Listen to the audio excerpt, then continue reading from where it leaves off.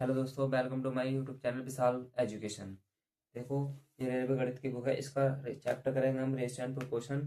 इसका question number 33 करेंगे। ठीक है, इसका सॉल्यूशन करते हैं। आदित्य रंजन सर की बुक है ये।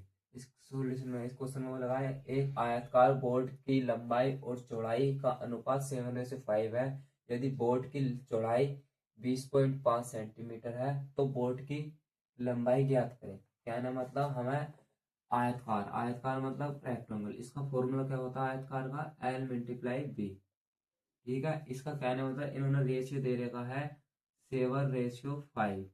ठीक है, एल की वैल्यू 7 दे रखी है और बी की वैल्यू 5 दे रखी है।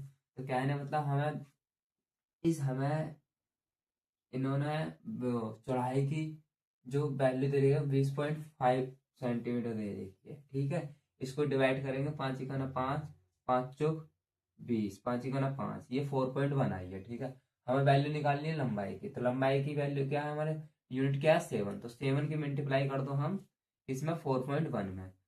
तो मल्टीप्लाई कर देंगे हम इसकी 4.1 में मल्टीप्लाई कर दो हम 7.1 की। तो 7 ही का ना 7 ही का 7, 7 चौक 28, एक के बाद पॉइंट है तो एक लगा दो।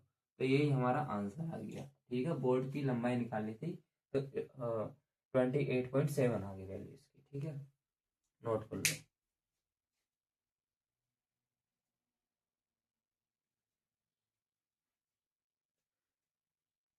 देखो दोस्तों, अब मैं क्वेश्चन नंबर 34 नोट कर देता हूँ। ये हो गया। तो अब मैंने क्वेश्चन नंबर 34 नोट कर दिया है। 34 क्वेश्चन में देखते हैं क्या बोला गया है। इस क्वेश्चन में बोला गया है, यदि 1 दर्जन दर्पणों वाला एक कार्टन गिरा दिया जाता है तो नियम में से कौन सा टूटे दर्पणों और बिना टूटे हुए दर्पणों का अनुपात नहीं हो सकता। कहना मतलब ये 4 ऑप्शन दे रखे हैं, इसमें से हमें वो देखना है जो हमारा टूटे दर्पणों और बिना टूटे दर्पणों का अनुपात नहीं हो सकता। ये 4 ऑप्शन है, इसमें से एक अनुपात ऐसा है जो नहीं हो सकता। ठीक है, अब देखते हैं हम एक दर्जन में कितने आते हैं, हमारे 12 आते हैं। ठीक है, 12, जैसे कि हमारे केले आते हैं तो 12 आते हैं। ठीक है, इसमें से हमारा कहना मतलब 1 दर्जन दर्पणों वाला एक कार्टन गिरा दिया जाता है जिसमें से एक टूटे हुए हैं एक बिना टूटे हुए हैं। तो कहना मतलब एक सेफ है, कहना मतलब एक टूटे हुए और दूसरा हमारा बिना टूटे हुए, बिना टूटे। ठीक है, ये 2 पार्टों में मतलब डिवाइड होगा। तो उनका रेशियो जो नहीं हो सकता ये बताना है। तो कहना मतलब इन दोनों का टोटल कुछ भी होगा, कोई डिजिट होएगी, यहाँ कोई डिजिट होएगी, यहाँ कोई डिजिट होएगी। ठीक है, इन दोनों का जो टोटल आएगा, इन दोनों का टोटल जो आएगा तो 12 आएगा। ठीक है, तो ऐसे ही हमारे 4 ऑप्शन दे रखे हैं ना, प्लस करके देख रहे हैं। 2 और 1 हमारा आ गया 3, 3 और 1 4, 3 और 2 5, 7 5 12। ठीक है, अब देखते हैं 3 से हमारा 12 डिवाइड हो रहा है, 3 से हमारा 12 डिवाइड हो रहा है, पूरा हो रहा है। ठीक है, 3 चौक 12 है। 4 से हमारा 12 डिवाइड हो रहा है, 4 से 12 है।